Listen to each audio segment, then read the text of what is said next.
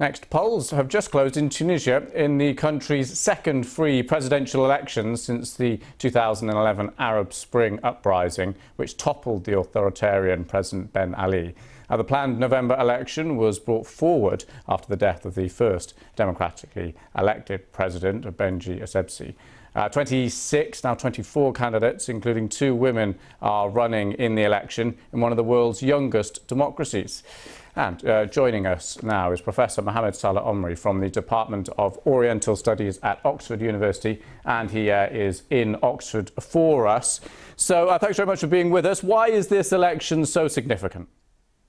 Thank you. This election is very significant. First, it's the 4th election in general in Tunisia since 2011, and it is a presidential election in a new system for Tunisia, which is a mixed system by which parliament has a lot of power, but the president has less power.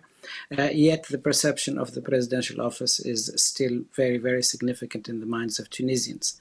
It is also significant because it's for the first time in the country's history we have about 26 people running for office, and they represent the entire spectrum of ideology and politics in the country, and also age groups, and as you said in your introduction, 2 women. There's a lot of stakes in this, and therefore it's another test for this young democracy, as you said. It's a test for this young democracy, but early reports suggest turnout pretty low.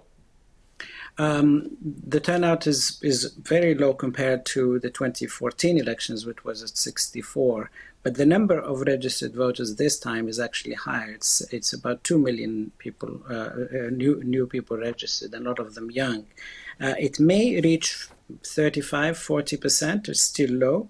The problem, I think, will arise if the number of young voters is actually low.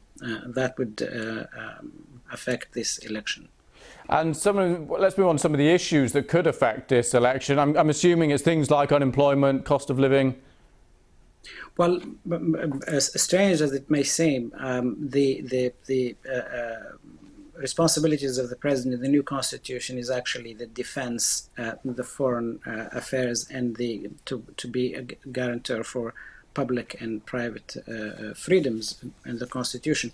But it is really run as elections for more or less a sort of trial for the previous government in terms of low performance at the social and economic policies.